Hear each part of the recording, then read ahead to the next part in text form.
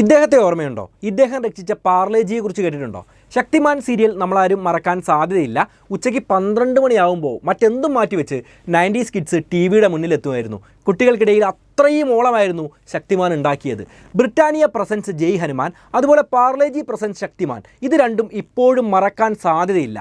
Parle-G biscuit India മുഴുവൻ popular ആയിരുന്നുവെങ്കിലും south ഇന്ത്യയിൽ പാർലേജിയുടെ market share കുറവായിരുന്നു. അന്നിവിടെ കൂടുതലും ബ്രിട്ടാനിയ മിൽക്ക് പോലുള്ള മിൽക്ക് ബിസ്ക്കറ്റുകളായിരുന്നു ഉപയോഗിച്ചുകൊണ്ടിരുന്നത്.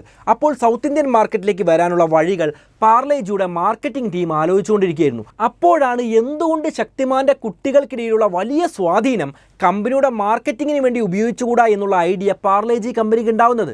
അതനുസരിച്ച് അവർ ചെന്നൈയിലെ ഒരു സ്റ്റേഡിയത്തിൽ ശക്തിമാനെ കാണാനുള്ള അവസരം ഒരുക്കി.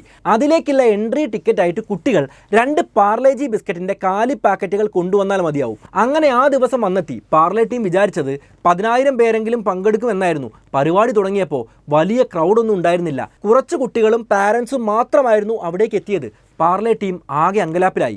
ഈ ക്യാമ്പയിൻ പരാജയപ്പെടുമോ എന്ന് പോലും അവർ സംശയിച്ചു.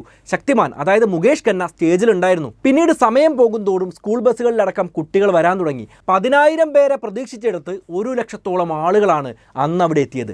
പാർലയുടെ PR ടീം അടുത്ത ദിവസങ്ങളിലെ പത്രങ്ങളിലെല്ലാം ശക്തിമാനെ കാണാനെത്തിയ ആൾക്കൂട്ടത്തിന്റെ വാർത്തകൾ ഫ്രണ്ട് പേജിൽ തന്നെ പബ്ലിഷ് ചെയ്തു. അങ്ങനെ ഒരു മാസത്തിൽ 50 ടൺ മാത്രമായിരുന്ന പാർലേജിയുടെ വിൽപ്പന 2000 ടണ്ണായിട്ട് ഉയരാൻ അതൊരു കാരണമായി. ഈ ഒരു മാർക്കറ്റിംഗ് തന്ത്രം തന്നെയായിരുന്നു വാസ്തവത്തിൽ സൗത്ത് ഇന്ത്യ അടക്കമുള്ള സ്ഥലങ്ങളിലേക്ക് പാർലേജിയെ ചുവടുറപ്പിക്കാൻ വലിയ രീതിയിൽ സഹായിച്ചതും. നിങ്ങളുടെ ശക്തിമാൻ ഓർമ്മകൾ എന്താണെങ്കിലും കമൻറ്റിൽ എഴുതൂ. മറ്റൊരു അറിവുമായി വീണ്ടും കാണാം.